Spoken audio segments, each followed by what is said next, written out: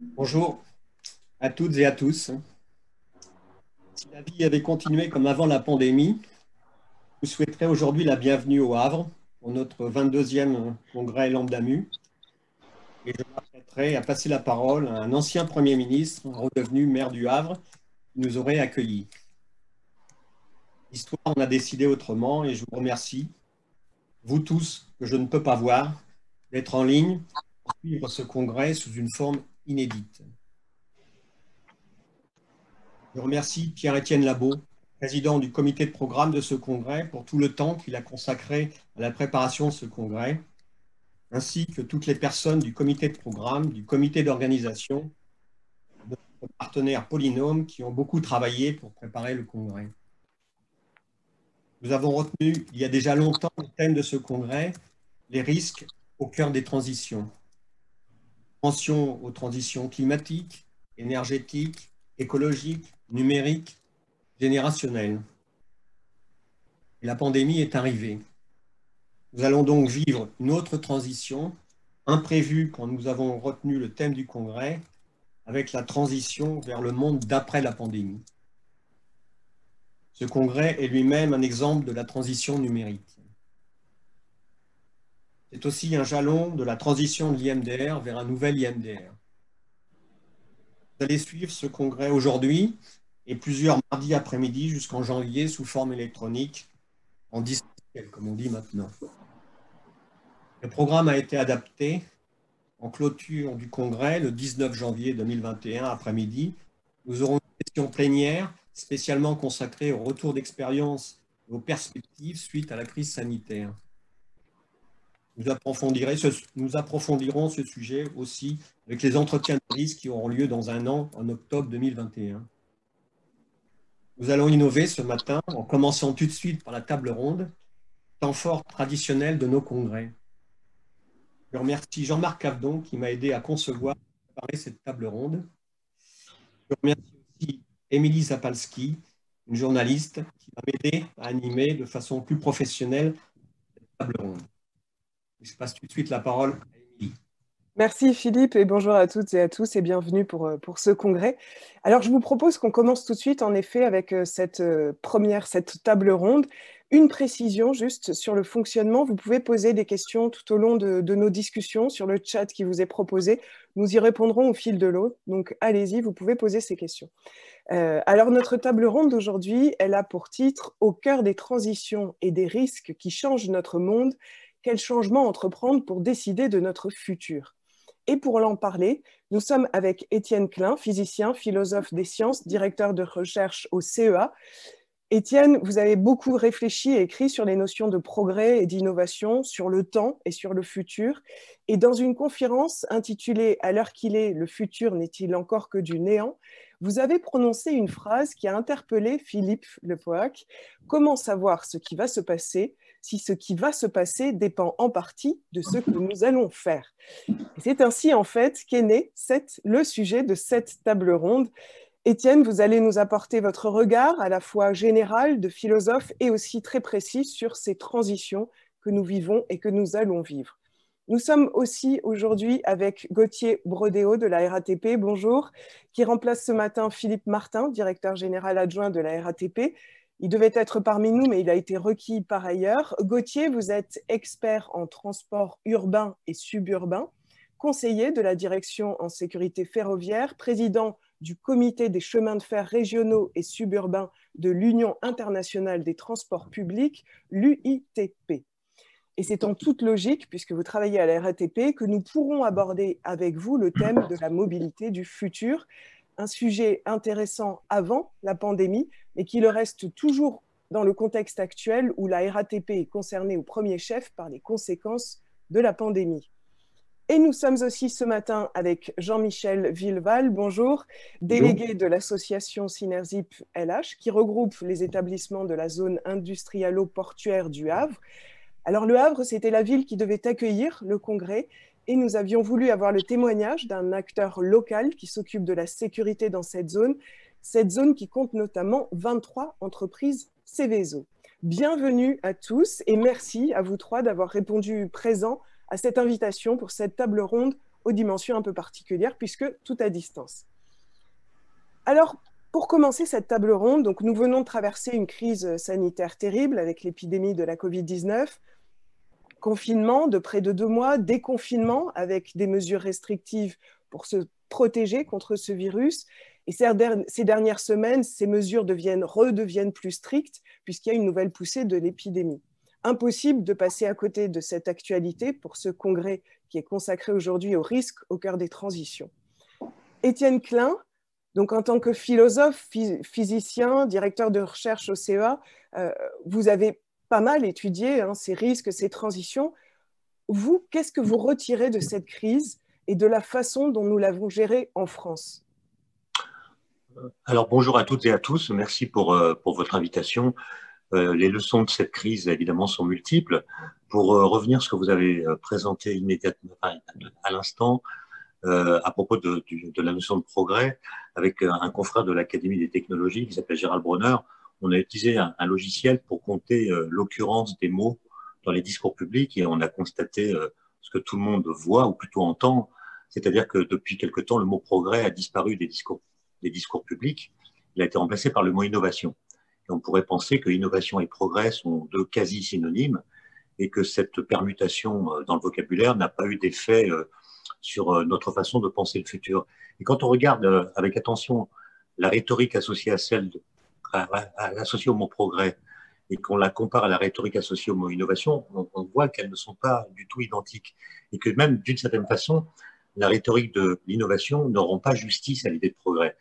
Pour le dire de façon très simple, l'idée de progrès suppose qu'on configure à l'avance donc le futur d'une façon qui est crédible et attractive. Crédible parce que le progrès, c'est pas l'utopie, et attractif parce que le progrès n'étant pas automatique, il faut se sacrifier pour le faire advenir. Il faut travailler à le faire advenir. Et donc, ça suppose que le temps est constructeur, que le temps est complice de notre liberté et de notre volonté.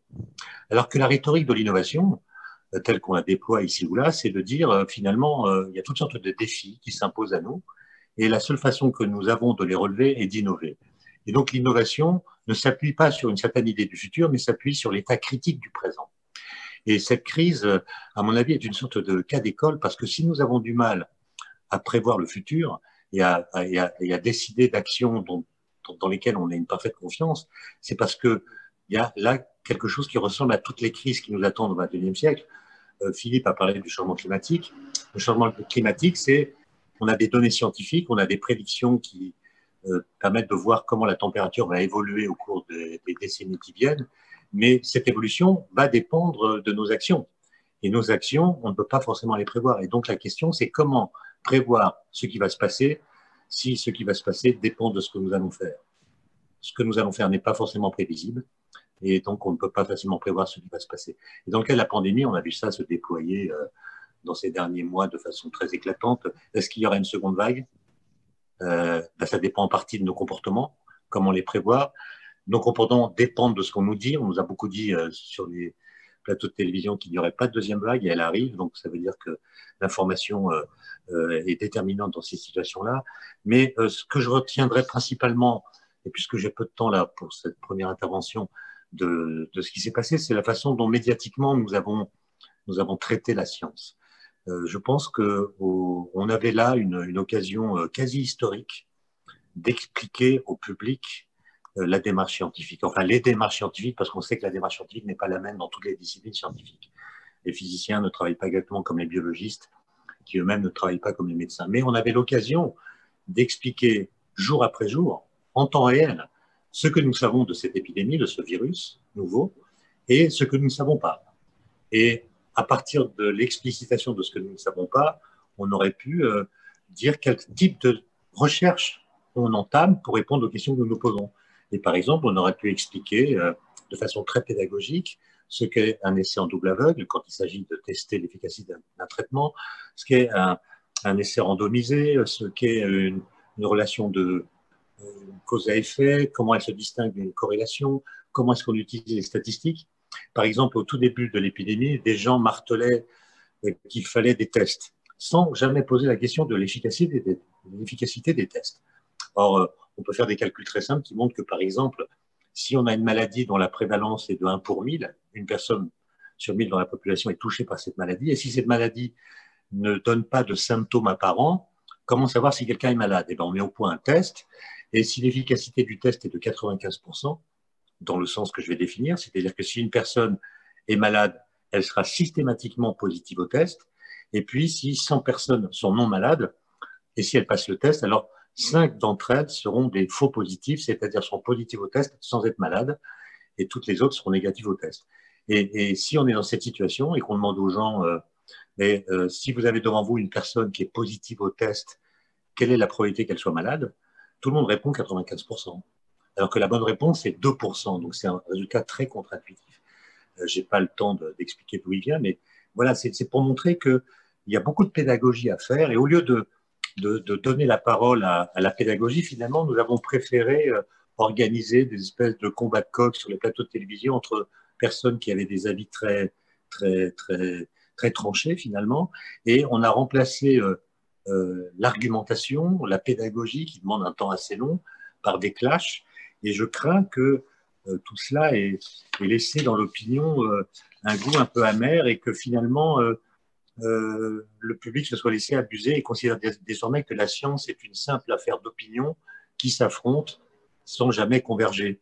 Et je le crains d'autant plus qu'aujourd'hui, la tendance à avoir un avis non éclairé sur tout et à le répandre largement semble gagner en puissance grâce notamment aux réseaux sociaux. Et dans son sillage, cette tendance distille l'idée que la science ne relève que d'une croyance parmi d'autres, qu'elle serait en somme une sorte d'église émettant des publications comme les papes émettaient des bulles, que les non-croyants ont tout loisir non seulement de contester, mais aussi de mitrailler de commentaires à l'emporte-pièce. Et ça m'inquiète plutôt parce que la question des risques, qui est le sujet de notre colloque, elle réclame qu'il y ait une juste appréciation des données. Et je crois que évidemment, l'affaire n'est pas terminée, les choses pourraient s'arranger. Et moi, ce que j'espère, c'est qu'à la fin de cette affaire, le public saura faire la différence entre la science et la recherche. La science, c'est un corpus de connaissances qui ont été éprouvées dans l'histoire par des expériences, par des tests, qui font non pas que ces connaissances sont des vérités absolues, mais en tout cas, ce sont des connaissances qu'on n'a pas lieu, jusqu'à preuve du contraire, de remettre en cause. La Terre est plate, l'atome existe, l'univers observable est en expansion, les espèces vivantes évoluent. Ça, c'est la science, on sait cela. Bon. Et puis, la recherche, c'est à partir de ce corpus de connaissances, des questions se posent auxquelles nous ne savons pas répondre. Par exemple, est-ce que le neutrino est identique ou non à son antiparticule? On n'en sait rien. On mène des expériences pour essayer de le savoir. Est-ce qu'il y a une vie extraterrestre? On n'en sait rien. On mène des observations pour tenter de le savoir. Est-ce qu'une personne qui a été infectée par le virus peut à nouveau attraper une infection due à ce virus? On ne le sait pas, en tout cas on ne le savait pas au début de l'épidémie. Voilà, ça c'est des questions qui relèvent de la recherche.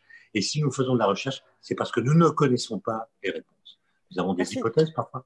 Voilà. Et le fait, oui. Je termine juste là-dessus, le fait de confondre la recherche et la science fait que l'idée de doute qui est associée à la recherche vient coloniser l'idée même de science. Et on dit la science c'est le doute, et du coup, tous les discours se valent, et chacun peut invoquer son ressenti, son intuition, son bon sens pour critiquer ce que les scientifiques disent, et c'est d'autant plus facile que les scientifiques sur les plateaux de télévision ne disent pas les mêmes choses. Merci Étienne. Il y a déjà des questions, je reviendrai tout de suite après notre première séquence là sur des questions au niveau du progrès et de l'innovation. Je retiens donc un cas d'école, un traitement médiatique peut-être pas assez pédagogique, et puis cette distinction à faire entre science et recherche. Pour vous, Philippe Lepoac, quels enseignements vous tirez de cette crise?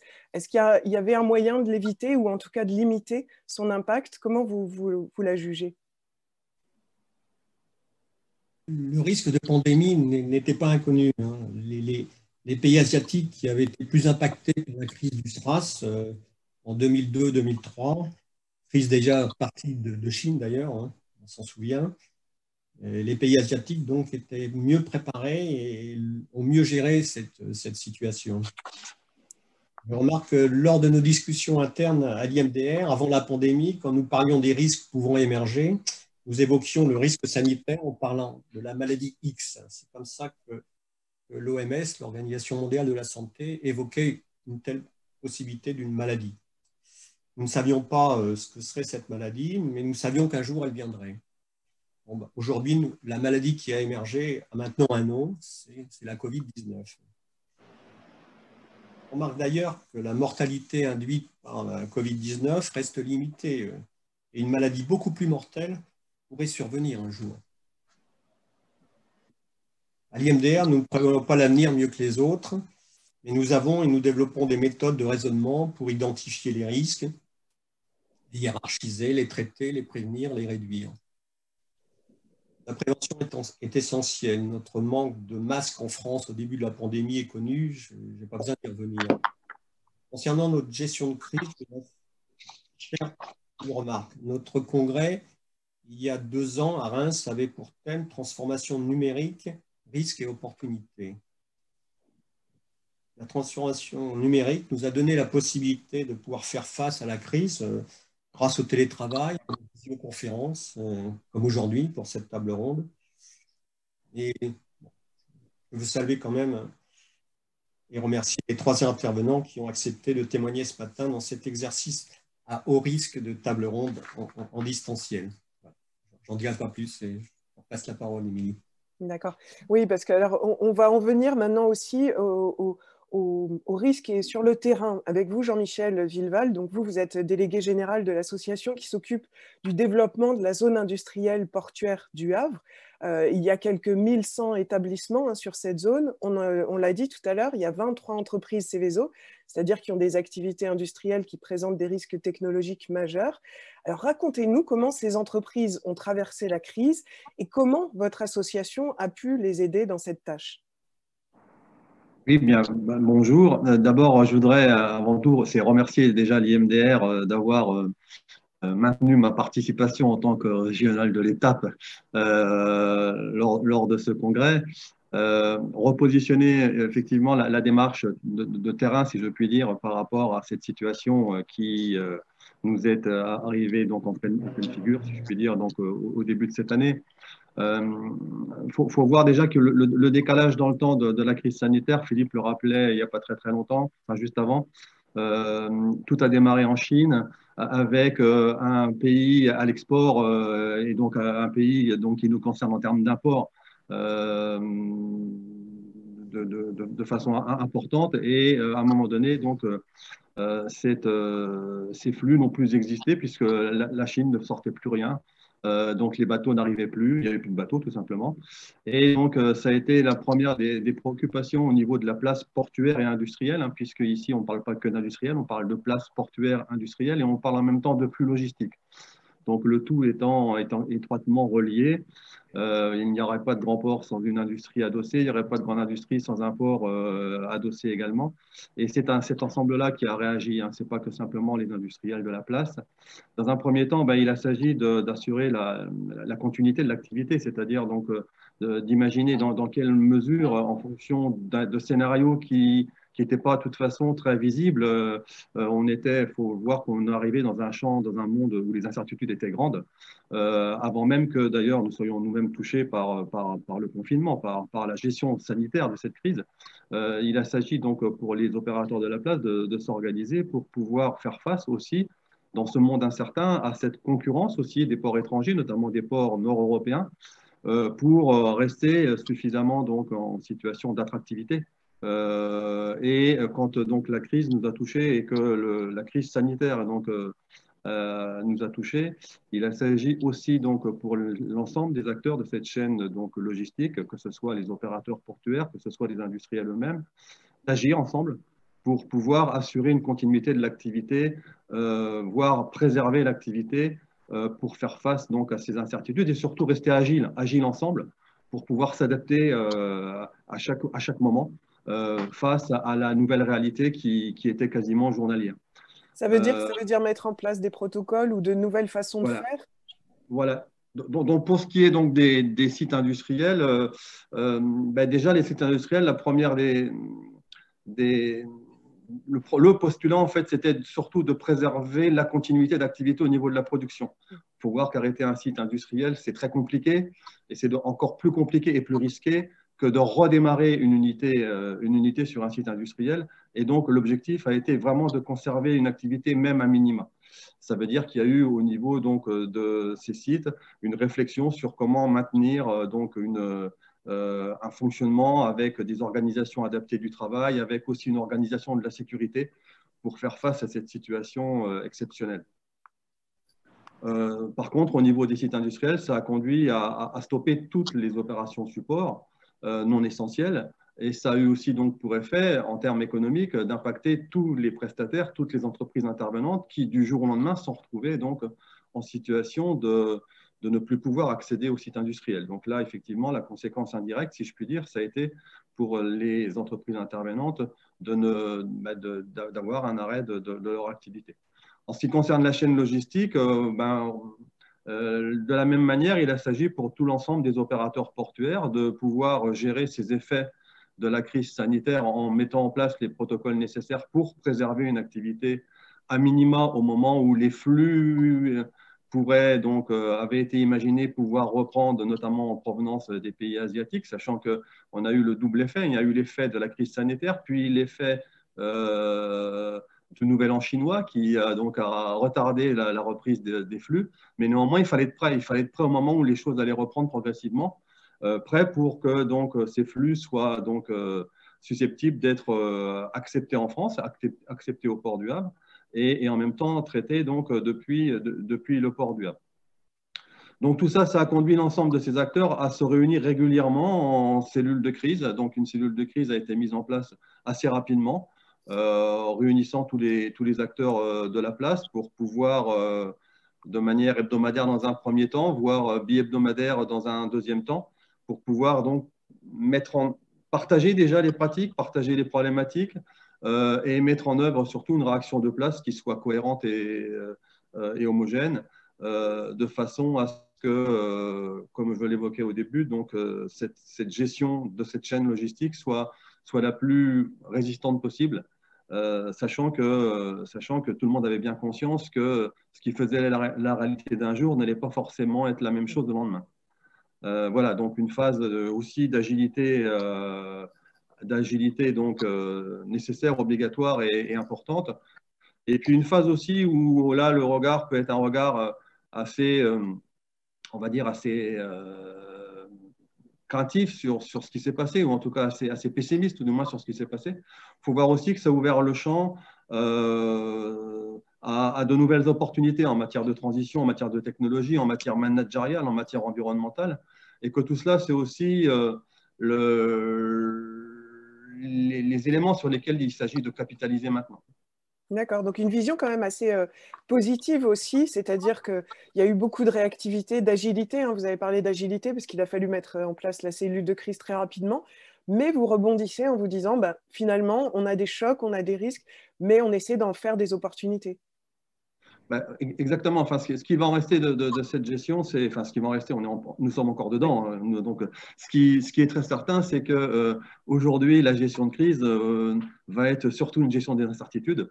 Quand bien même, il y a encore quelques années, la gestion s'appuyait sur des plans bien établis, bien clairs, bien cadrés. Aujourd'hui, très clairement, la gestion de la crise va être la capacité de s'adapter à chaque instant presque à ce nouvel univers ou cette nouvelle réalité qui se construit à tous les instants. D'accord. Donc une capacité d'adaptation maintenant qui va devenir permanente, on va dire, continue. De votre côté, Gauthier, Brodéo, donc côté RATP, les transports évidemment ont été aussi fortement impactés par la crise. Vous avez eu à mettre en place des mesures spécifiques pour protéger les usagers, port du masque, mise à disposition du gel, distance de sécurité dans les transports, c'est pas simple. Comment est-ce que vous avez vécu la crise et quelles difficultés particulières à quelles difficultés particulières vous avez dû faire face? D'abord, bonjour à tous. Merci de m'accueillir dans ce congrès. Je tenais à nouveau à excuser Philippe Martin qui est retenu par un CA exceptionnel. Concernant la crise dans les transports, effectivement, la première des choses, c'est qu'on a eu à assurer la continuité des services, tout simplement parce que les transports sont un élément essentiel de la vie économique du pays et de surcroît en région parisienne. Donc ça a été un premier défi, c'est-à-dire qu'on a aussi du personnel qui a été touché. On a eu des personnes qui malheureusement sont aussi décédées et pas forcément des profils EHPAD, des gens plutôt sportifs, dynamiques qui malheureusement nous ont quittés. Donc ça a été aussi des chocs dans l'entreprise.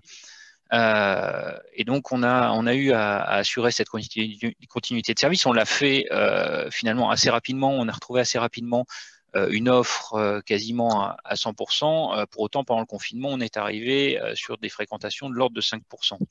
Donc là-dessus, on peut dire que la distance entre les individus lors de cette période de confinement était plutôt facile à faire respecter.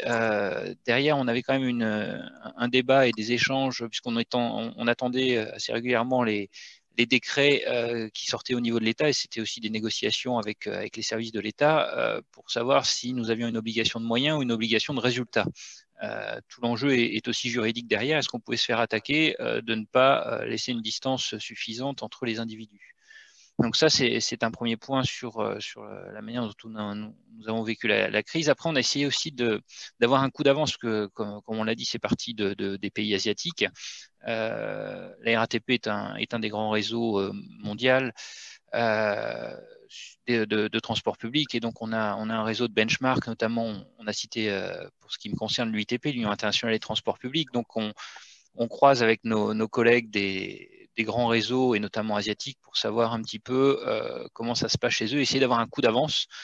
Donc on a aussi fait du benchmarking sur les virucides, typiquement pour savoir quel était le bon produit. On s'est transformé en entreprise. Alors on nettoyait déjà nos métros, certes c'était peut-être pas parfait, mais entre faire du nettoyage et désinfecter en permanence tous les jours, c'est pas le même métier.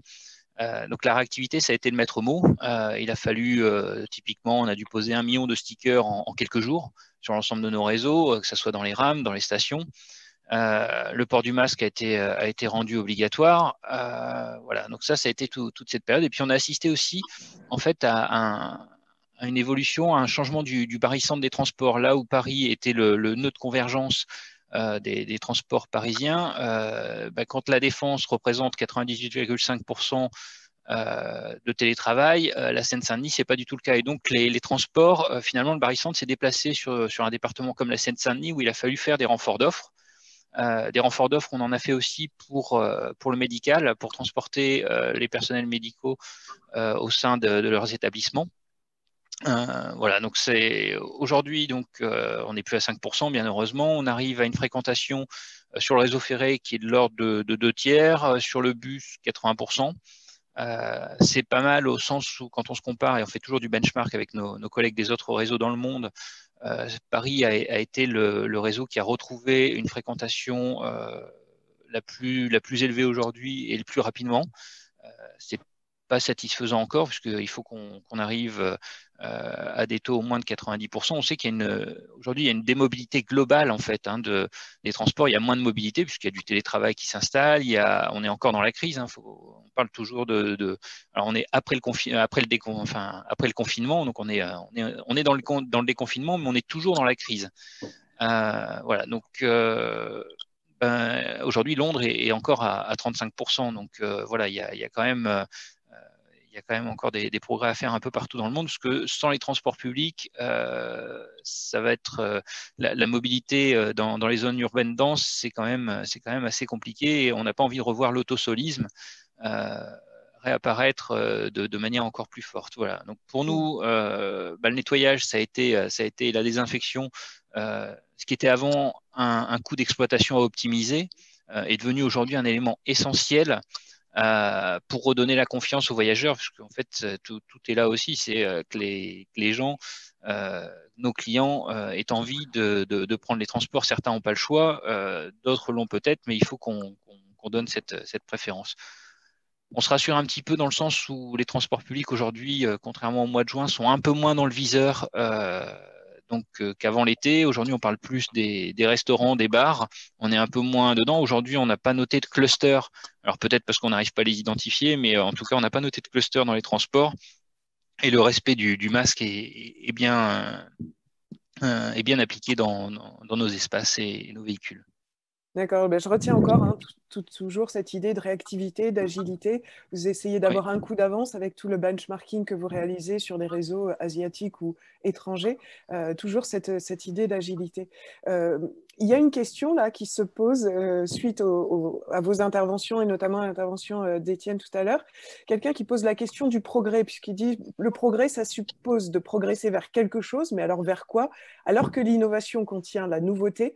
Dans ce cas, pourquoi innover? Puisque cela suppose une critique du présent qui n'est pas toujours si mauvais. En fait, voilà, l'idée entre progrès et innovation, je ne sais pas qui veut répondre, peut-être Étienne, puisque c'est plus en réaction avec votre première intervention. Oui, alors je reviens sur l'expression. Moi, je n'ai pas parlé d'une critique du présent, j'ai parlé de l'état critique du présent. C'est-à-dire que si, par exemple, vous lisez le document de la Commission européenne qui a lancé l'idée que l'Europe devait devenir l'union de l'innovation, l'horizon 2020, comme on l'a appelé, si vous lisez le rapport qui présente cette initiative, il est dit, je le sais presque par cœur, la première page dit l'Europe est soumise à toutes sortes de défis. Alors, on donne la liste, changement climatique, vieillissement de la population, problème d'énergie, de ressources, etc. Et l'Europe a compris qu'elle ne pourra relever ces défis que grâce à l'innovation. Donc, on parle de l'état critique du présent et l'innovation est justifiée pour dire il faut innover, en fait, pour maintenir l'état du monde. C'est-à-dire qu'il ne s'agit pas de préparer un nouveau monde, il s'agit d'empêcher que le monde court à sa perte. Et cette rhétorique de l'innovation, qui n'est pas très, très excitante, s'appuie en fait implicitement sur l'idée d'un temps corrupteur, d'un temps qui dégrade les situations. Et l'innovation est ce qui permet que la situation ne se dégrade pas trop. Et d'ailleurs, sans vouloir aller trop loin dans l'histoire, le mot innovation, c'est un mot très ancien du XIIe siècle qui appartenait au vocabulaire juridique, c'est du bas latin. Innovation, c'était ce qu'il fallait ajouter à un contrat pour que le contrat demeure valide après que quelque chose ait changé dans l'environnement. Autrement dit, c'est ce qu'on appelle aujourd'hui un avenant. Et puis ensuite, c'est devenu un mot dans le vocabulaire politique chez Machiavel. Le prince ne doit pas innover politiquement, sauf si son pouvoir est menacé. Donc toujours l'idée que l'innovation permet de maintenir une situation. Et Francis Bacon, un philosophe anglais du XVIIe siècle, a pour la première fois utilisé le mot innovation en l'appliquant à la technique dans un petit livre qui s'appelle Essais et conseils civils et moraux. Et il dit exactement ce que je viens de dire, à savoir que le temps est corrupteur, le temps qui passe abîme les situations. Et l'innovation technique est là pour empêcher que les dégâts produits par le temps qui passe soient irréversibles. Et donc, moi, je trouve que ce qui nous manque, c'est, après tout, si on croit au progrès, on doit appliquer au progrès lui-même l'idée de progrès, c'est-à-dire on doit tenter de le faire progresser. Or, ce sont les philosophes des Lumières qui ont élaboré cette idée de progrès. Elle a été malmenée par la suite de l'histoire. On a vu que dans la philosophie des Lumières, il y a quelques naïvetés qui ont été dénoncées par la suite de l'histoire. Et au lieu d'oublier le mot, on devrait le retravailler pour qu'il devienne pertinent vis-à-vis de la situation que nous connaissons. Alors, il y a une autre question, merci pour ces précisions. Il y a une autre question qui est intéressante et je la pose à vous tous. Il me semble qu'il y a des similitudes dans notre crise avec les conditions des accords de Munich, dont l'objectif était d'éviter la Deuxième Guerre mondiale. Et la question est la suivante, n'y a-t-il pas un facteur peur de prendre une mauvaise décision qui paradoxalement amplifie la crise? Donc, on aurait peut-être peur un petit peu de s'engager sur des mesures, là on parle de restrictives ou quoi, alors que ça peut éventuellement amplifier la crise. Je me tourne vers les acteurs aussi de terrain, parce qu'il y a eu des décisions difficiles à prendre, parfois, j'imagine, hein, dans l'industrie, dans les transports, ou auprès de vous, Philippe, si vous avez à réagir. Est-ce qu'il y a cette idée d'avoir peur un petit peu d'aller de l'avant sur des mesures compliquées qui risquent, au final, de encore amplifier la crise? Est-ce que vous avez ressenti ça? Non, je me sens pas vraiment qualifié pour répondre à cette question, honnêtement. Jean-Michel ou Gauthier, est-ce qu'il y a eu des moments où vous vous êtes dit, ça, peut-être qu'il ne faut pas aller jusqu'à cette mesure-là, ou on y va petit à petit pour éviter d'amplifier quelque chose encore? Je vais tenter une réponse de mon côté par rapport à ces mesures. Alors, on a été confrontés, enfin, les acteurs du terrain ont été confrontés effectivement à toutes les décisions qui ont pu être prises en matière de protocole.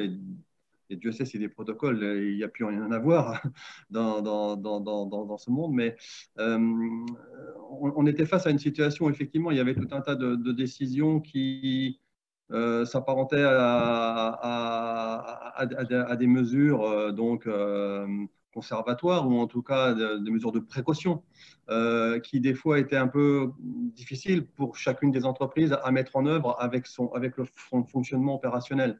Donc il s'agit donc pour certains chefs d'entreprise de pouvoir faire face à tous ces protocoles qui leur arrivaient et en même temps de pouvoir mettre en œuvre sur le terrain ces protocoles dans un univers qui était leur univers opérationnel.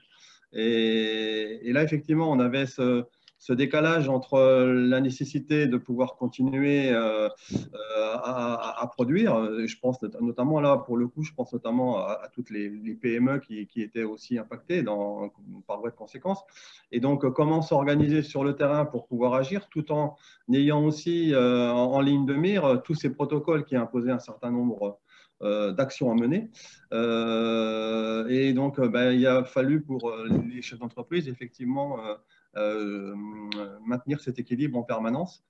Et c'est là où on a cette limite des mesures qui peuvent être ressenties, comme des mesures de précaution, pas forcément toujours adaptées à une logique opérationnelle.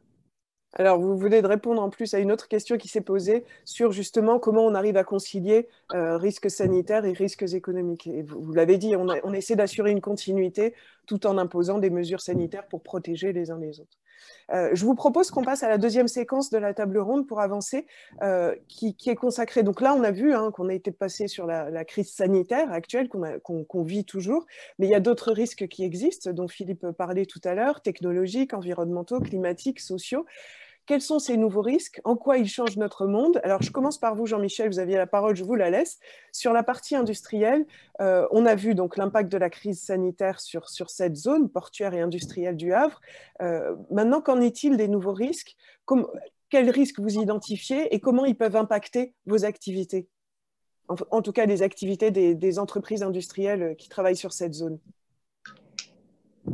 En ce qui concerne le territoire du Havre, il faut avoir à l'esprit que le territoire du Havre est engagé maintenant depuis quelque temps sur une approche là aussi collective dans le cadre d'un programme d'investissement qui s'appelle Smart Port City et qui a pour objectif effectivement de prendre en compte, ou en tout cas d'assurer au niveau de ce territoire donc une vraie transformation économique du territoire à un horizon 10 ans. Et cela, ça va imposer donc des approches sur déjà des principes d'alliance agile entre les différents acteurs du territoire, et puis aussi sur un système ou un écosystème, pour reprendre les termes employés, aussi d'innovation, donc de capacité à pouvoir interagir avec la réalité. Et donc, ce travail-là, donc, il a ouvert tout un tas de champs sur la mobilité, sur la data, sur les énergies, sur l'écologie, sur l'attractivité, sur les services à la population également. Ce qui ressort en tout cas de ces travaux, c'est que la gestion de la donnée est au cœur de tous les travaux aujourd'hui. La transition numérique est vraiment un accélérateur de tous ces process. Et si on raisonne en matière de risque, cette transition-là et la gestion de la data, la gestion de la donnée, est quelque chose qui aujourd'hui, certes, ouvre beaucoup d'opportunités. On y reviendra peut-être tout à l'heure, mais c'était également une chose qui ouvre aussi le champ de nouvelles menaces. Je pense là bien évidemment à la cybermenace, qui est un nouveau champ à explorer en matière de risque pour les activités économiques, mais pas que pour les activités économiques du reste. Et sur le territoire, en tout cas sur notre territoire, c'est vraiment une préoccupation, parce que si les grands groupes sont eux-mêmes, on va dire, armés pour pouvoir réfléchir à ces notions-là, il s'agit pour l'association et les acteurs du territoire de pouvoir aussi armer, sensibiliser déjà dans un premier temps, et puis donner à l'ensemble des activités de ce territoire, qui sont composées, je le rappelle, essentiellement par un nombre important de PME, qui sont elles-mêmes des entreprises intervenantes sur les sites industriels, donc de pouvoir les armer aussi face à ces nouvelles menaces. Et on n'est pas que dans la technologie, on est avant tout dans le comportement humain, donc dans la sensibilisation à ces nouveaux risques, à ces nouvelles menaces.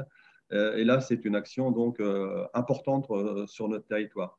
Et puis, je prendrai un autre exemple assez concret, enfin le plus concret, qui est celui donc de la gestion du CO2, notamment donc la gestion des émissions d'une part, mais aussi la gestion du CO2 en matière donc de captation pour un usage du CO2 ou pour un enfouissement du CO2. Et là, c'est un travail important qui est en train de se mettre en œuvre, en place sur la zone industrielle et portuaire du Havre, mais pas que, puisque c'est un travail qui se met en place sur un territoire élargi, notamment au bassin de l'estuaire, donc jusqu'à Rouen et voire l'axe Seine, pour donc travailler ensemble sur donc cette approche concernant donc le CO2. Et là, on voit que une telle approche ne peut être imaginée et conçue qu'à partir du moment où elle va réunir un nombre d'acteurs suffisamment important autour de la table. Et là encore, on est dans de la co-construction, on est dans ce qu'on pourrait appeler vraiment une intelligence collective pour pouvoir trouver les bonnes solutions et mettre en œuvre les moyens nécessaires. Donc, gestion de CO2 avec cette approche collective, intelligence collective. Vous avez parlé aussi de cybermenaces, cybersécurité, qui représente un nouveau risque. C'est aussi des choses que vous étudiez, que vous travaillez au sein de la RATP, Gauthier. Mais il y a aussi d'autres choses, hein, parce que quand on pense au transport, on pense aux risques climatiques, on pense aux inondations. Comment est-ce que ces risques-là impactent les transports? Alors oui, la cybersécurité est un des sujets. On a des lignes, on a nos systèmes d'exploitation qui datent des années 70. On appelle le PA135. La RATP, la France a été assez novatrice dans ces années pour produire ces systèmes d'exploitation des transports et qui nous permet aujourd'hui d'assurer un écart entre les trains relativement faible, mais aujourd'hui cette technologie doit changer. Donc on a une modernisation en fait du métro qui arrive, et cette modernisation elle passe par des logiciels, elle passe par ce qu'on appelle des CBTC, Communication Based Train Control. Donc il y a de plus en plus de logiciels, il y a de plus en plus de data et donc de plus en plus d'interfaces. Et on sait bien que le diable se cache dans les interfaces. Donc sur les métros automatiques, on automatise la ligne 4. Hein. Pour ceux qui habitent à Paris, ils ont dû voir apparaître des façades de quais sur les quais de cette ligne qui fait nord-sud et donc qui est un des grands axes. Sur les métros automatiques, on est dans un monde déterministe. On arrive à peu près à tout isoler, à étudier tous les risques. Et pour ce qui est de la cybersécurité, aujourd'hui, forcément, on est plutôt rassuré, mais on la challenge, on s'assure de la solidité des barrières. On voit arriver un autre monde aussi, qui est le monde des véhicules autonomes, notamment routiers. Et les véhicules autonomes, pour le coup, alors je fais la différence entre l'automatisation et l'autonomisation. L'automatisation, c'est en gros avoir une ligne avec des trains qui entre guillemets, sont bêtes et vont réagir à des informations que le sol va leur donner. L'autonomisation, c'est un véhicule intelligent qui va réagir à son environnement avec des lidars, des radars embarqués, etc., qui vont amener effectivement ces véhicules à trouver leur trajectoire. Donc, ce n'est pas une trajectoire déterminée, en tout cas pour les véhicules routiers.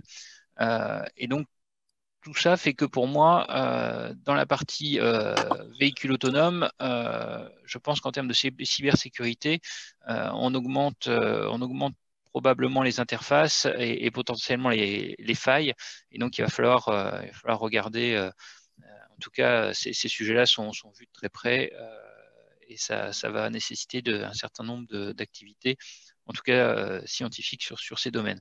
Sur les risques climatiques, alors ça fait un moment on attend tous la crue centenaire à Paris. Alors donc la probabilité, c'est effectivement la probabilité annuelle d'occurrence de la crue. On va dire que c'est une fois, c'est un centième. Hein, donc pour autant, ça fait plus de 100 ans que la dernière crue centenaire était de 1910. Hein, donc ça fait 110 ans que la probabilité était pas, que la crue n'est pas arrivée.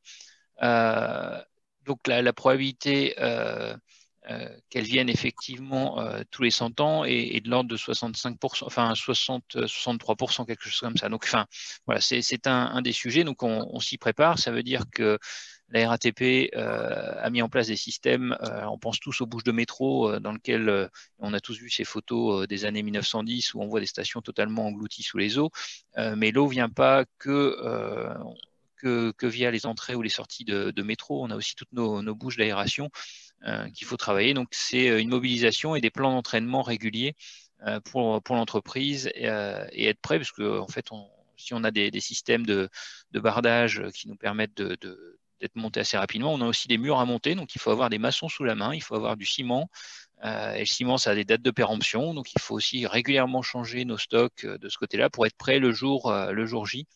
Voilà. Pour ce qui est d'autres risques climatiques, on a aussi tout ce qui est les risques hivernaux, la neige. Le ferret, c'est quand même le seul mode de transport qu'on a, notamment pour rejoindre les aéroports. Donc, quand toutes les routes sont bloquées par de la neige, le ferret devient essentiel. Et voilà, donc c'est un des aspects aussi où pareil, on a un plan neige pour pareil à toutes ces situations. Il y a un autre risque aussi que j'aurais souhaité évoquer, qu'on n'a pas cité, qui est un peu différent des autres, de la cyber, du climatique, qui est le risque aussi entre guillemets économique dans les transports, dans la mobilité. On assiste en fait à une mobilité sur la chaîne de la valeur. Typiquement, on a les GAFA, les GAFAMA, qui arrivent aussi sur notre secteur, puisqu'on a de la data, et la data, c'est bien une chose qu'ils savent gérer. C'est un des sujets d'ailleurs européens de protection des données par rapport aux entreprises non européennes. Derrière, on a des obligations de fournir de la donnée en tant qu'entreprise publique, mais on pourrait être privé, on devrait aussi les fournir, parce qu'en fait, on fournit un service public. Donc, à partir de là, on doit mettre à disposition ces datas. C'est pas demain que le patron d'Uber va nous donner ces datas, quoi. Donc, on a un peu une distorsion là-dedans, et on voit bien dans la chaîne de la valeur, vous avez tous constaté qu'aujourd'hui, on réserve un hôtel via Booking plus que via le groupe Accor. Donc demain, ce que les transporteurs, et là je ne parle pas que pour les RATP, mais on ne veut pas devenir des simples tractionnaires. Et on voit cette chaîne de la valeur qui évolue, et elle évolue aussi chez les constructeurs de trains, chez Alstom, Bombardier, qui habituellement sont des fournisseurs de matériel roulant. Ils deviennent petit à petit des mainteneurs aussi, donc ils se positionnent sur les marchés de maintenance, qui est aussi notre domaine, voire même d'exploitation, puisque Alstom a gagné un marché d'exploitation sur Montréal. Donc on a vraiment une chaîne de la valeur qui évolue, et sur lequel en fait c'est un risque aussi pour notre groupe que de ne pas être positionné au bon endroit, si on ne veut pas être réduit à un simple objet de traction et de production de transport. D'accord, donc cybermenace, risque climatique, et là, risque économique d'un nouveau genre, hein, d'un nouveau monde, avec cette valeur pour les données qui est très, très importante, de toute la data. Je me tourne vers Étienne. Vous avez beaucoup étudié justement cette question des transitions. Là, on vient d'en voir une partie industrielle sur le transport. Quel est votre point de vue sur ces phénomènes et sur leurs conséquences sur notre monde, sur la société et sur les acteurs économiques et sociaux ? Bien, écoutez, moi, j'admire cette capacité que vous avez à gérer une sorte de prolifération de risques. Enfin, on voit qu'il y a des risques traditionnels, il y en a d'autres qui s'ajoutent. Alors, la tentation pourrait être de les relativiser, mais en relativisant un risque, en montrant, par exemple, qu'il est plus faible qu'un autre risque, eh bien, on fait exister cet autre risque dans la psyché collective, et on crée une espèce d'anxiété généralisée avec l'idée qu'il y a le feu partout et qu'il faut tenter d'empêcher qu'il nous gagne trop rapidement en prenant toutes sortes de mesures et en déclenchant toutes sortes d'actions. Moi, j'aurais quelques remarques, si vous voulez. La première, c'est que le principe de précaution qu'on invoque tout le temps, en fait, il a une définition qui est celle qu'on lui donne dans la Constitution. En gros, quand il y a une incertitude sur les effets d'une technologie, par exemple, on doit mener des recherches pour mieux comprendre les effets qu'a cette technologie. Donc, le principe de précaution dans la Constitution invite à faire des travaux de recherche. Mais dans l'esprit du public et dans la sphère médiatique, le principe de précaution est beaucoup plus souvent invoqué pour gérer non pas les dangers tels qu'ils se présentent et tels qu'on peut les objectiver, mais plutôt l'anxiété du public, par exemple. Or, prendre des mesures pour diminuer l'anxiété, c'est pas du tout faire la même chose que prendre des mesures pour diminuer les dangers. Et je pense que voilà, il y a cette difficulté à prendre les bonnes mesures, alors que l'opinion peut-être est victime d'un biais cognitif qui l'empêche de saisir la véritable objectivité des risques auxquels nous sommes confrontés. Autre chose, c'est que, je ne sais pas si vous connaissez les travaux d'un sociologue anglais qui s'appelle David Fleming, qui avait proposé ce qu'il appelait un principe inverse d'évaluation des risques. L'idée, c'est qu'il montre qu'on considère qu'un risque est un risque à la seule condition qu'on puisse imaginer des mesures que nous pourrions prendre qui diminueraient ce risque. Autrement dit, un risque est un risque si on pense pouvoir le réduire. Si on ne peut pas le réduire, ce risque n'est plus un risque, c'est une sorte de fatalité, de choses qui nous est imposée par la condition humaine et on doit simplement l'accepter. On y sera confronté s'il advient, mais il n'y a pas de mesure à prendre pour le réduire parce qu'il est comme ça. Et je pense que dans l'esprit du public s'installe l'idée que tout est risque et que tout peut être donc réduit par des mesures, ce qui conduit à la prolifération que j'évoquais tout à l'heure. Et enfin, ma dernière remarque portera sur le statut du risque.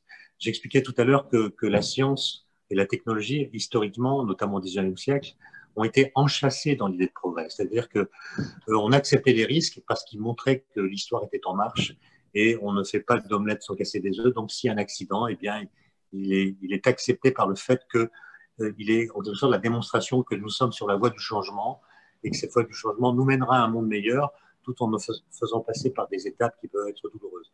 Je vous invite à lire, par exemple, pour illustrer ce que je viens de dire, le discours qu'a prononcé Lamartine, le poète qui était député, le discours qu'il a prononcé à la Chambre des députés en 1848, si ma mémoire est bonne, juste après qu'il y ait eu lieu le premier accident de train grave en France. C'était là sur la ligne Paris-Meudon.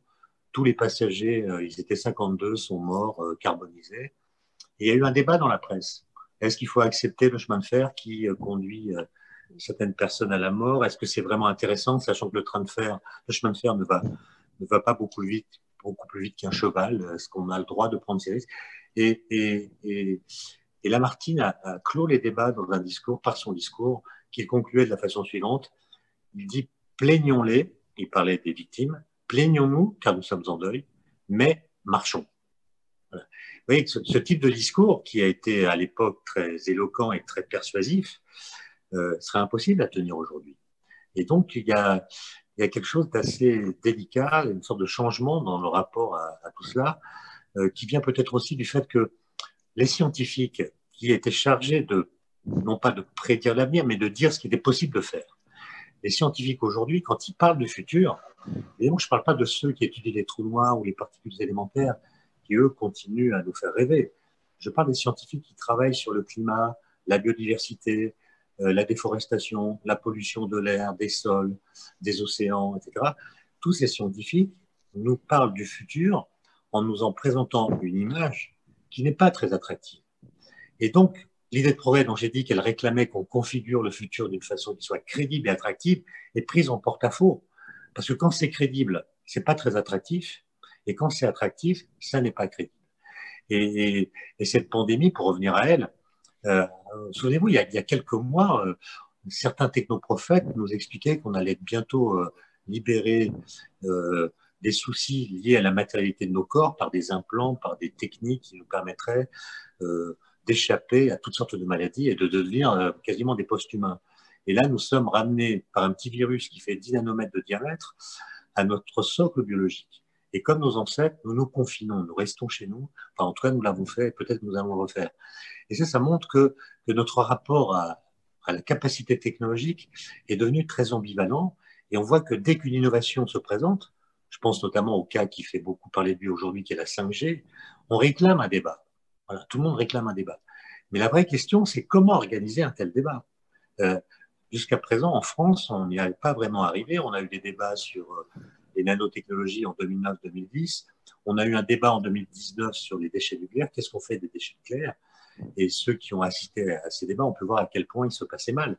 D'abord parce qu'il n'y a pas de public, il y a une sorte d'indifférence du public. Et puis ceux qui sont là sont en général des militants très actifs. Et on observe une forme de décorrélation entre la militance et la compétence. Quand je parle de militance, c'est pour ou contre, hein, les anti et les pros, du fait qu'ils sont militants, en général, se dédouanent de l'obligation de s'instruire. Et ça rend les débats très, très délicats. Et je pense que cette épidémie nous donne l'occasion de réfléchir, en prenant acte de ce qui s'est passé dans les mois qui viennent de s'écouler, à ce que serait l'organisation d'un véritable débat sur différentes choses. Par exemple, sur l'intelligence artificielle dont vous avez parlé pour la RATP, mais ça vaut pour tous les autres secteurs. Quelle est la part qui revient au discours des experts? Parce qu'à un moment donné, il faut quand même savoir de quoi l'on parle. Quelle est la part qui revient à la discussion générale? Et quelle est la part qui revient à la décision soit politique, soit des responsables d'entreprise? Et je pense qu'on a là un travail intéressant. Il s'agit d'inventer une espèce d'ingénierie sociale, j'aime pas le mot, mais c'est le seul que j'ai trouvé, pour voir comment on pourrait discuter ensemble d'une façon telle que même ceux qui sont opposés à une technologie soient d'accord avec la décision qui sera prise, non pas parce qu'ils l'approuvent, ils ne l'approuvent pas, mais parce que cette méthodologie a respecté une sorte de cahier des charges défini à l'avance qui fera que, à la fin, les décisions seront acceptées parce qu'elles ont suivi cette méthodologie. Merci. Je retiens l'idée entre le risque et la fatalité. Qu'est-ce que c'est? Est-ce que c'est un risque? Est-ce que c'est une fatalité? L'idée aussi de l'opinion publique, comment elle appréhende ces risques et les recherches qui sont faites. L'idée aussi qu'on n'accepterait plus aucun risque, hein, finalement, dans notre société. Donc, des notions très importantes. Philippe, vous étudiez de près, hein, avec votre institut ces nouveaux risques, les risques actuels, les risques anciens, les risques qui arrivent. Quelle est votre vision sur ça? Comment ils impactent et comment on doit les prendre, ces nouveaux risques? C'est toujours difficile de parler derrière Étienne, hein, donc tout de suite on devient plus prosaïque. Oui, il est clair que nous devons faire face à de nouveaux risques. Certains sont bien identifiés. On a évoqué le dérèglement climatique, on a évoqué les cyberattaques. Oui, bien sûr, la transition climatique, de nouveaux risques, va accentuer les risques qui ont toujours existé.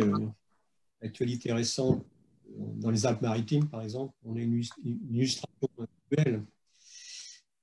Oui, la transformation climatique crée des nouveaux risques liés à la cybersécurité.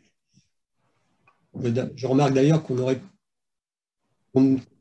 d'ailleurs eu la chance d'échapper à des cyberattaques plus compliquées et beaucoup plus la situation sanitaire que nous avons vécue. La transition énergétique pourrait se traduire par l'utilisation plus importante de l'hydrogène, par exemple. C'est un nouveau risque qu'il va falloir prendre en compte.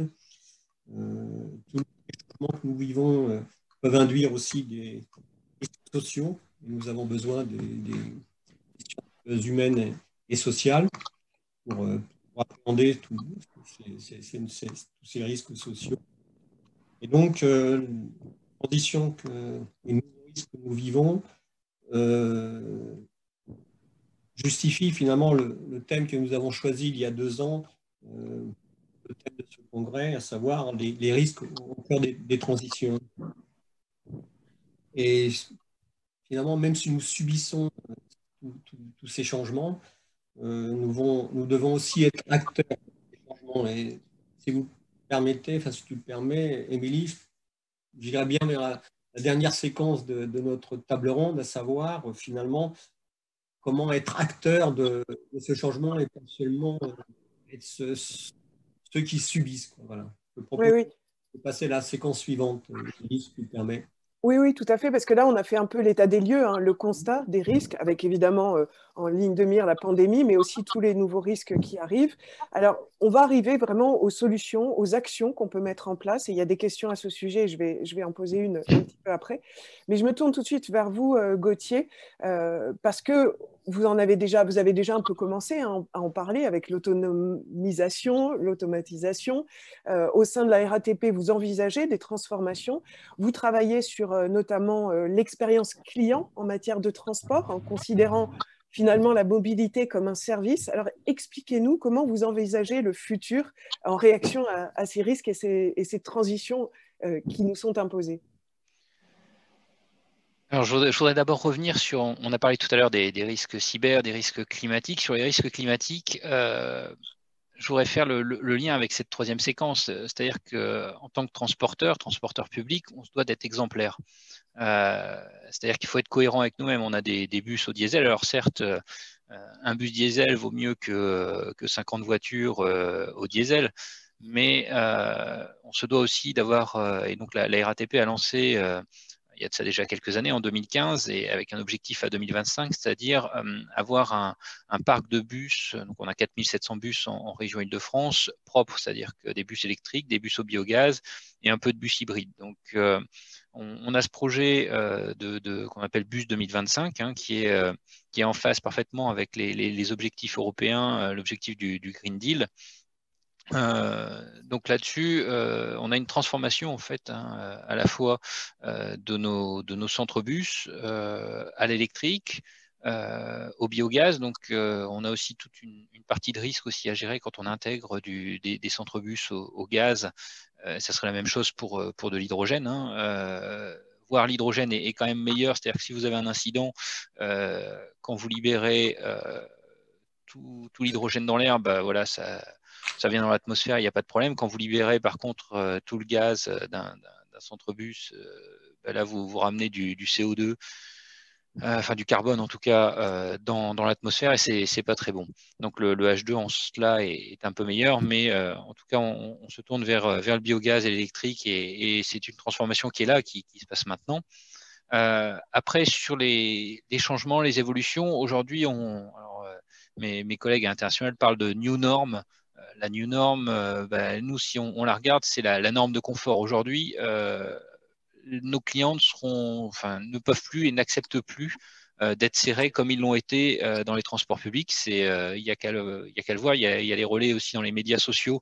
Et c'est fait aussi via les chaînes d'information continue. Quand on voit, dès qu'on a un incident aujourd'hui, il y en a eu un la semaine dernière, je ne sais plus sur quelle ligne, mais on a eu effectivement beaucoup de monde qui se sert dans les transports, parce que des incidents, ça fait un moment qu'on n'en avait pas eu.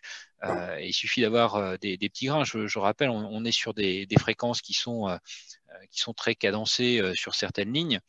À partir du moment où vous mettez un petit grain de sable dans le système, on a forcément une accumulation de flux qui va du coup être incohérente par rapport à la distanciation dont on parlait précédemment. Donc, il nous faut une excellence opérationnelle derrière.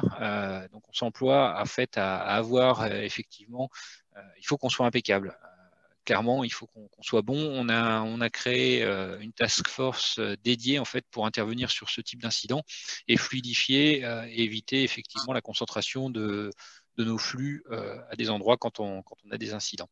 Je vous interromps juste parce Oui. qu'il y a une question justement en rapport avec ça, puisqu'on on nous dit, bon, toutes les activités sont très interconnectées, notamment donc, sur les réseaux de transport, les flux de données, etc. Comment est-ce qu'on peut appréhender les risques, non pas en silo, mais dans leur complexité? Alors là-dessus, effectivement, on a l'avantage aujourd'hui d'être une entreprise intégrée dans laquelle en fait on va à la fois travailler avec les exploitants, travailler avec les mainteneurs, travailler avec l'ingénierie. Donc ces interfaces dans une entreprise comme la nôtre aujourd'hui, elles sont fluidifiées par le fait qu'on est dans la même entreprise, dans le même groupe. Donc ça permet effectivement de mieux travailler et d'appréhender ces risques et de ne pas les gérer effectivement en silo, quoi. D'accord. Et alors, revenons sur la question que je vous avais posée sur la mobilité comme service. Alors ça, Alors, c'est une vision du futur sur la mobilité? Vision du futur qui est, alors certains dans l'éditoire ont peut-être entendu parler du MAS, alors c'est MAAS, hein, Mobility as a Service, qui est une notion qui a été inventée par les pays nordiques et qui est reprise aujourd'hui par l'Europe et donc qui est en train un peu de s'étendre. Donc tout ça, c'est lié aussi au data. L'idée derrière, c'est d'avoir un portefeuille en fait de mobilité, c'est-à-dire que vous payeriez, je sais pas, 3 000 € par an pour aller circuler sur tous les moyens de transport dont vous auriez besoin. Vous avez besoin de prendre un taxi, vous allez consommer dans votre portefeuille, vous avez besoin de prendre le bus, le train, de louer une voiture. Voilà, c'est l'idée, la finalité de ce système, c'est d'arriver à faire disparaître la voiture individuelle, c'est-à-dire que vous n'êtes plus en possession de votre véhicule. Aujourd'hui, vous le voyez dans la rue, hein, la plupart des véhicules sont garés, donc on a des actifs qui sont à l'arrêt et qui encombrent à la fois la ville.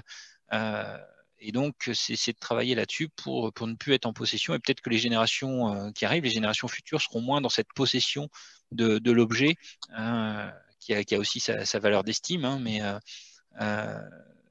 on aura certainement cette transition. Donc, il y a tout un travail qui se fait autour de cela, et la RATP est engagée dans cette transition aussi et regarde de très près, puisque, comme je le disais juste avant, les risques de désintermédiation et les groupes comme les grandes multinationales américaines sont en capacité d'aller produire du service via des applications, etc. Et donc, si on n'est pas là, on sera clairement tractionnaire. Mais notre vision aussi, c'est de dire que, pour faire un petit jeu de mots, c'est qu'il n'y aura pas de masse de mobilité as a service sans mass transit.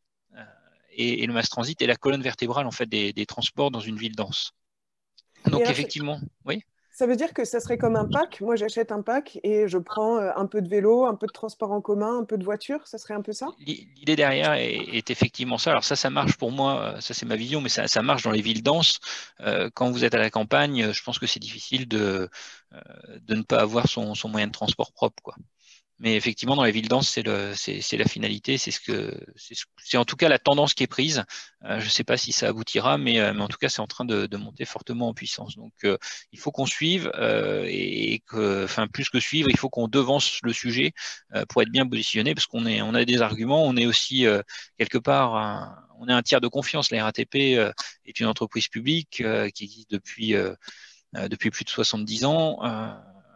On a fêté les 70 ans cette année de la RATP, donc voilà, on a ce côté confiance aussi de nos clients, et il faut s'appuyer là-dessus pour être un des acteurs sur les transports. Donc des transports plus digitaux. On parle de smart cities aussi, hein, voilà, on se positionne sur ces sujets-là. On est un acteur de cette smart cities qui est en train de se créer. Mais moi, je ne déconnecte pas un des points qui me semble essentiel et qui malheureusement en fait aujourd'hui nous fait défaut, c'est de se voir, quoi. Je dis pas de se faire la bise, mais au moins de se voir, d'échanger, et donc je pense que les transports effectivement seront plus digitaux, mais sans l'humain, on n'arrivera pas à la société dont j'espère chacun rêve. Donc un bon équilibre entre humain et digital, c'est ce qu'on espère tous aussi quand on sera sorti de la pandémie. Merci pour cette projection en fait, hein, vers l'avenir finalement, vers le futur. De votre côté, Jean-Michel Villeval, vous travaillez aussi là-dessus. Ça répond d'ailleurs à une question qui est posée là sur le chat sur on peut faire des simulations, des modélisations, des projections, et vous travaillez côté industrie justement sur ça, vous utilisez l'intelligence artificielle pour vous projeter un petit peu dans l'avenir et limiter les risques. Expliquez-nous comment ça se passe. Déjà, je dirais que on a pour habitude de ne pas adhérer à une formule qu'on entend assez régulièrement, qui est de dire le risque zéro n'existe pas. Je vais reprendre un peu ce qui a été dit précédemment, mais cette notion de risque zéro qui n'existe pas, ça renvoie à une notion de fatalité. Et ce qu'on essaie de promouvoir sur le territoire, entre les acteurs du territoire, qui collectivement ont à gérer cette sécurité sur le territoire, c'est de se mettre plutôt dans la posture qui est que l'accident va arriver et que l'objectif collectif que nous devons partager, c'est de mettre tout en œuvre pour éviter qu'il nous arrive, ou en tout cas qu'il nous arrive le plus tard possible. Et en cela, donc, on va toucher à des aspects de vigilance qui sont peut-être moins perceptibles lorsqu'on emploie la formule le risque zéro n'existe pas. On peut, je pense que tout le monde suit l'actualité de l'accident de Rouen et de l'anniversaire qui donc a été célébré, si je puis dire, il y a quelques jours maintenant. Et cette formule du risque zéro n'existe pas a été reprise à différents moments. Voilà.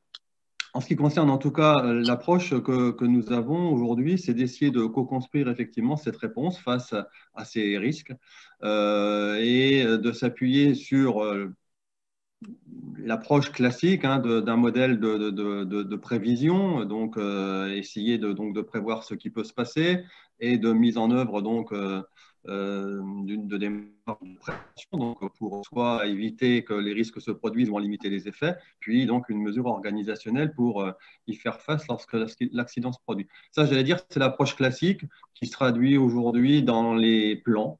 Et on voit la limite des plans, on l'a mesuré il y a un an, cette limite des plans, et puis je reprendrai les propos d'un amiral aux États-Unis lors d'une tempête, enfin lors d'une tempête qui a touché la Floride. Moi, les plans, j'en ai pas besoin, quoi. Moi, les plans, c'est le terrain qui va conduire mes décisions. Et donc, en ce qui nous concerne, donc au niveau du territoire, je reprendrai ce qui aujourd'hui est fait notamment dans les feux de forêt. Enfin, là, je fais appel à mes origines professionnelles. Aujourd'hui, nos collègues des feux de forêt utilisent l'intelligence artificielle pour pouvoir non plus dire ce qui pourrait se passer, mais plutôt dire ce qui va se passer. Donc, ça veut dire qu'on est dans une temporalité qui est différente. C'est pas on se projette dans un plan en disant ce qui pourrait se passer et ce que l'on pourrait mettre en œuvre, mais de se dire voilà ce qui va se passer et il faut agir pour éviter que ça se passe. Donc, on est vraiment dans l'approche prédictive. Le sentiment qu'on a sur le territoire aujourd'hui, c'est qu'effectivement, avec l'appui de ces nouvelles technologies, nous allons aller vers une approche du métier de préventeur, peut-être, qui va devoir fonctionner ou travailler avec ces aspects nouveaux qui sont, je ne bâtis plus un plan à partir d'un modèle de prévision et puis donc de parade que j'ai pu mettre en place ou imaginer pour soit limiter les risques ou en limiter tout du moins les effets, mais plutôt aussi de s'appuyer sur ces calculateurs que sont aujourd'hui donc ces calculateurs numériques et ayant une capacité à pouvoir dans la temporalité dans l'espace-temps plus court de pouvoir dire ben voilà ce qui va se passer et il faut que j'agisse. Donc ça veut dire qu'on revoit complètement le métier, la profession de prévention et donc de préventeur, c'est une révision?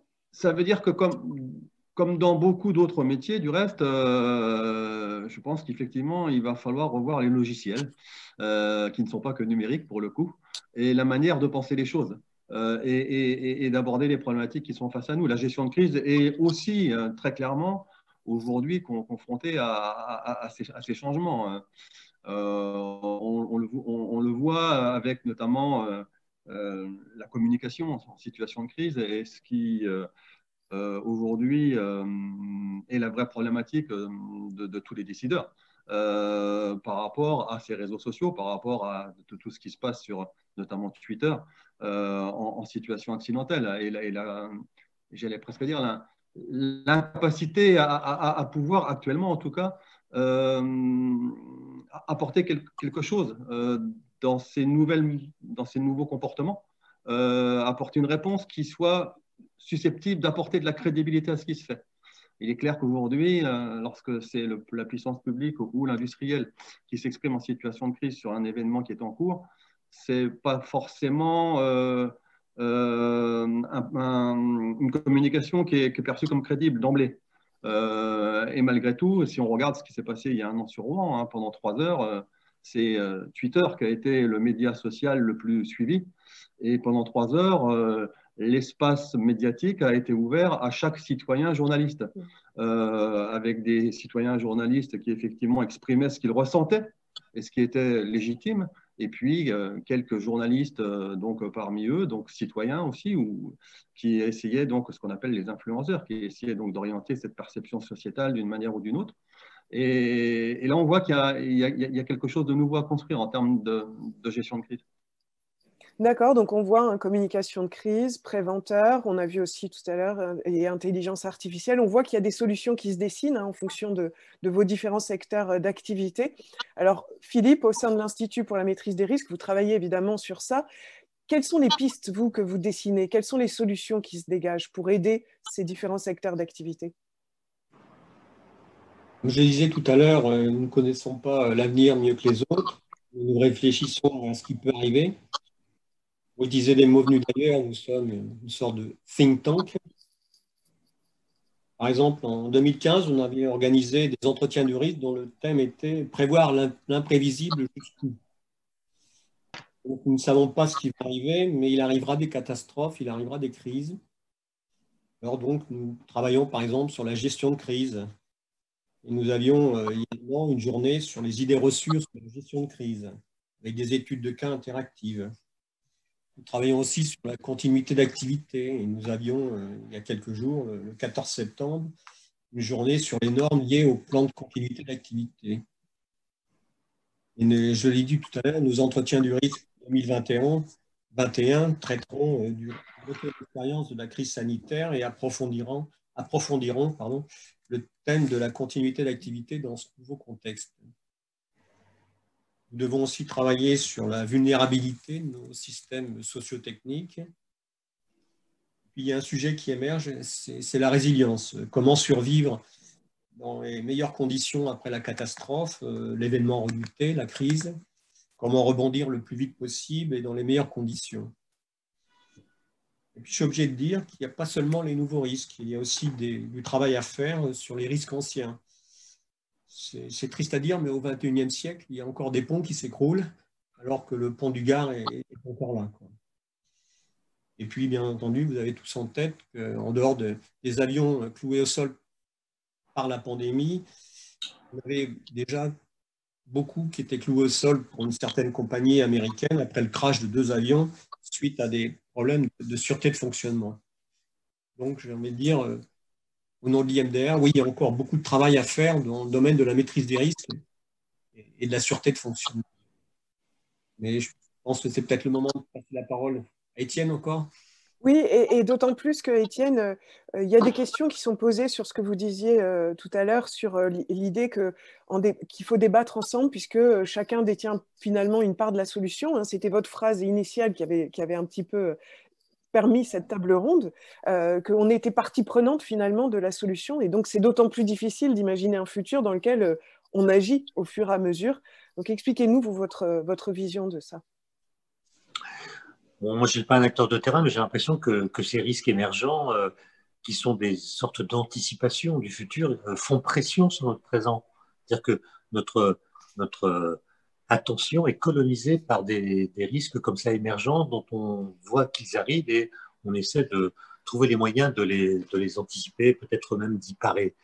Ce qu'a dit tout à l'heure Gauthier à propos de ces incidents qui arrivent parfois sur certaines lignes de métro qui produisent des engorgements des voyageurs sur les quais, par exemple, ou dans les couloirs, ça me semble être une bonne métaphore du fait que les risques auxquels on pense sont des risques qui entremêlent beaucoup de situations et quand quelque chose déraille quelque part, ça a des répercussions très loin, parfois beaucoup plus tard, sur d'autres aspects de la vie individuelle ou collective. Et je me demandais, c'est une question que je pose, hein, si un esprit humain est capable de gérer tant d'informations à la fois et s'il ne faudrait pas recourir de façon presque obligatoire pour la gestion de ces risques à l'intelligence artificielle, comme les pompiers américains ou australiens semblent le faire aujourd'hui. L'autre chose que m'inspirent les propos que j'ai entendus, c'est le fait que plus nos moyens d'action sont grands, plus ça nous rend capable d'identifier des risques. Pour la raison que j'ai dit tout à l'heure, c'est-à-dire qu'un risque est un risque si on pense pouvoir le réduire, nos moyens d'action étant de plus en plus puissants, en tout cas dans certains domaines de plus en plus nombreux, ça permet d'identifier des nouveaux risques parce qu'on pense pouvoir agir sur eux. Et cette prolifération produit un effet finalement assez anxiogène. Et pour revenir à la question du débat que vous avez évoqué, moi je remarque autour de moi, je n'ai pas fait du tout d'études sociologiques et ce que je vaux n'a que la valeur d'un témoignage. Moi j'ai remarqué que beaucoup de gens ont des avis très tranchés sur les risques, notamment sur les risques associés aux nouvelles technologies. Par exemple, si on fait un sondage à propos de la 5G, certains ont déjà été faits d'ailleurs, tout le monde répond j'ai peur, j'ai pas peur, je suis pour, je suis contre, alors que le nombre de personnes qui sont capables de dire ce qu'est la 5G est extrêmement faible. Ça veut dire ce qui est pareil pour les réacteurs nucléaires, et pareil pour les OGM, et pareil pour d'autres sujets. C'est-à-dire que le fait d'avoir un avis ne suppose pas au préalable d'avoir acquis une connaissance sur ce dont on parle.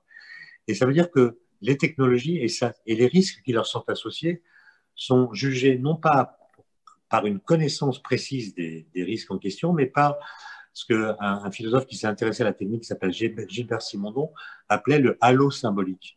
nous associons les technologies à des halos symboliques qui nous permettent d'avoir un avis sur elles, presque un avis politique. La 5G, on l'associe à soit une certaine puissance qui serait nouvellement donnée à l'industrie ou à certaines industries, soit à la surveillance, soit etc. Et c'est cette association d'images qui détermine le jugement que nous portons sur elles. Et je pense que la maîtrise des risques, et ça doit vous préoccuper aussi, elle consiste à remettre de l'objectivité dans toute cette affaire en tenant compte des biais cognitifs. Il y a toutes sortes de biais cognitifs qui modulent le jugement que nous portons sur les choses. Et je pense que l'IMDR doit avoir comme souci de tenter de mettre de l'objectivité dans cette affaire parce que, comme ça a été dit à l'instant, à propos de la gestion de crise au moment de l'accident de Rouen, mais c'est vrai dans toutes les autres situations finalement, dans les mêmes canaux de communication circulent des choses dont les statuts cognitifs sont très différents. Il y a des connaissances, scientifiques ou pas, il y a des informations, il y a des opinions, il y a des commentaires, il y a des témoignages, il y a des fake news. Et le fait que ce soit les mêmes canaux de communication qui fassent circuler ces différentes choses fait que leurs statuts respectifs, qui pourtant sont très différents, se contaminent. Quand on a affaire à une connaissance, on se demande si ce n'est pas la croyance d'une communauté. Quand on a affaire à un commentaire, on se demande si ce n'est pas une fake news, et réciproquement. Et ça crée une confusion générale. Et je pense que la gestion de crise doit essayer, dans cette confusion, d'émettre des signaux qui soient plus crédibles que les autres. Ce qui, à mon avis, n'est pas une mince affaire et qui va demander, à mon avis, une très longue adaptation à la bonne gestion des réseaux sociaux, notamment, qui, pour l'instant, est dans une phase très, très embryonnaire et très, très confuse. Ça veut dire qu'il y a aussi cette question de pédagogie du risque et de veiller à la communication de crise, peut-être à anticiper aussi, à formaliser aussi. Oui. Avec Gérald Bronner, quand on a été élu à l'Académie des technologies, on nous a chargé d'un travail sur la perception des risques et l'idée qu'avait l'Académie des technologies, c'est qu'on pouvait, par un travail pédagogique, rendre les risques et leur perception homomorphes, que la perception des risques soit rendre justice en quelque sorte aux risques eux-mêmes. Évidemment, c'est impossible, c'est un idéal inaccessible parce que il y a tous ces biais. Il y a tous ces biais. Et par exemple, quand on voit que des gens ont peur, on a tendance à dire parfois que leur peur est irrationnelle. Oui. Or, la peur, parfois, elle n'est pas irrationnelle du tout. Les gens qui n'ont jamais peur, en général, sont morts assez rapidement.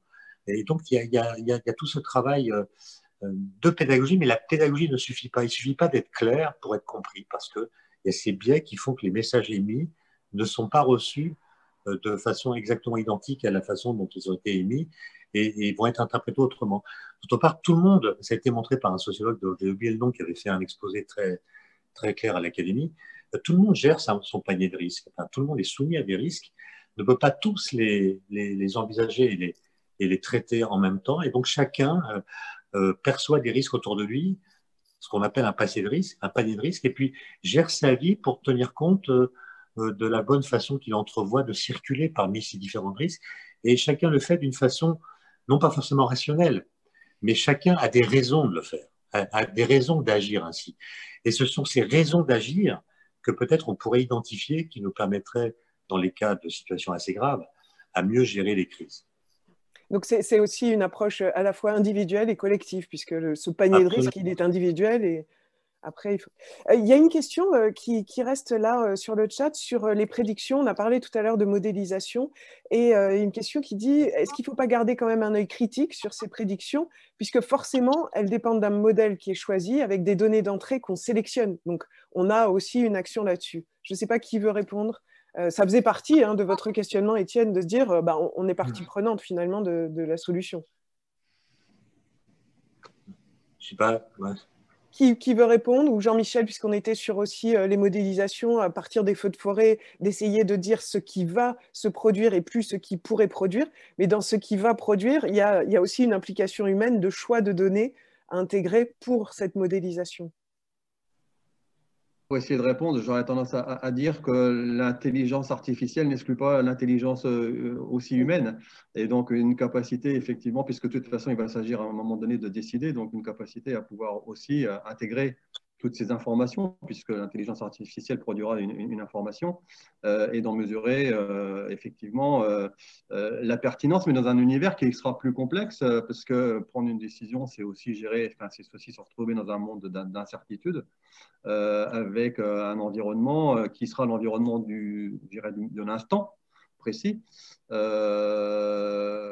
que l'intelligence artificielle n'aura pas forcément prise en compte en termes de décision, puisqu'il y a un environnement politique, il y a un environnement sociétal, il y a un environnement qui ne sera pas forcément intégré, données qui ne seront pas forcément intégrées exclusivement dans le calculateur.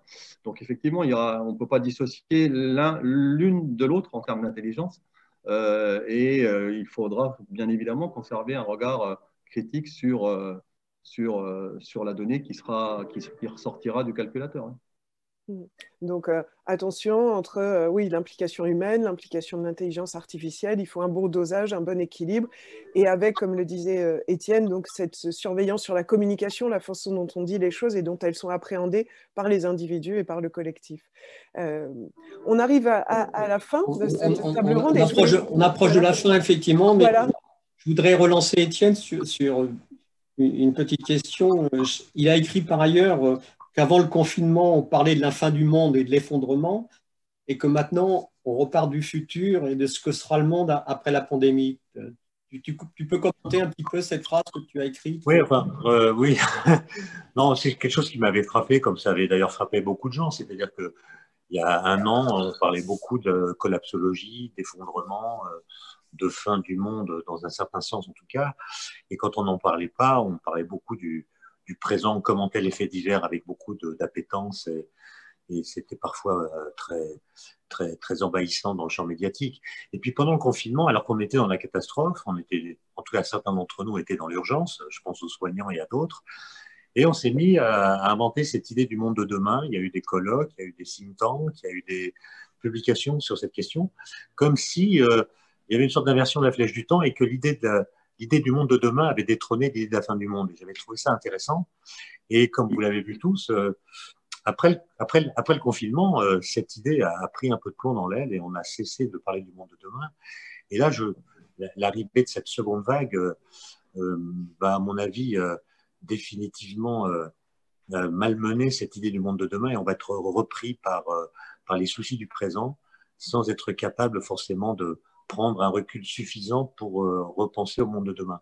Mais il y a beaucoup de publications qui ont quand même surgi de cette préoccupation du monde de demain, et elles sont intéressantes, et peut-être que par la suite, elles pourraient servir de référence pour relancer en quelque sorte le cours de l'histoire. Donc l'idée de ne pas oublier, de réfléchir au monde de demain, qu'on traverse une crise ou qu'on ne la traverse plus. Oui, mais c'est ça qui est intéressant. Les Chinois, j'ai appris, moi je connais qu'un seul mot chinois, je l'ai appris récemment, c'est que le mot crise en chinois se dit weiji, et wei, ça veut dire, je crois, danger, catastrophe, et ji, c'est opportunité. C'est-à-dire que ce qui nous arrive, c'est évidemment une catastrophe, mais ça peut être pensé considéré comme une sorte d'opportunité pour voir les choses autrement pour la suite. Et c'est ce qu'on a entendu dans les témoignages de Gauthier et de Jean-Michel sur cette vision un peu de trouver une opportunité dans ce risque, dans ce danger, dans cette crise que nous traversons. Mais on arrive à la fin de cette table ronde, et je vous remercie vraiment pour votre participation, vos interventions très très riches. On a envie presque d'échanger encore beaucoup sur ces sujets. Il y a vraiment une matière et vraiment une richesse dans vos propos. Le congrès se poursuit aujourd'hui avec des conférences, des ateliers, une exposition. Donc je vous souhaite un très très bon congrès, et je laisse la parole à Philippe pour conclure cette matinée d'ouverture. Non, mais je m'associe à toi, Émilie, pour remercier nos intervenants. Je ne cache pas que j'étais un peu inquiet avant cette table ronde, parce qu'il fallait que tout le monde soit connecté et que tout se passe bien sur le plan technique. Je n'étais pas inquiet pour la pertinence et l'intelligence des intervenants, mais j'étais un peu inquiet sur la façon dont pourrait se dérouler cette table ronde. Et j'ai plaisir à constater qu'on a pu faire une table ronde dans des conditions un peu particulières, puisqu'au lieu d'être tous autour d'une table, on était chacun chez soi. Mais bon, on s'est tous vus à l'écran, et on a pu vraiment presque dialoguer comme si on était tous ensemble. C'est la technologie qui nous permet. Mais voilà, vraiment, je remercie chaleureusement nos intervenants, Étienne, Jean-Michel, Gauthier, et puis toi, Émilie. Et voilà. Merci à tous et bon congrès, quoi. Donc, rendez-vous tout à l'heure. Je crois qu'on reprend à 11 heures dans les sessions pour une nouvelle forme de congrès après cette nouvelle forme de table. Merci à tous. Merci bien. Merci. Et Bon bon congrès. colloque. Bon. Merci chaleureusement.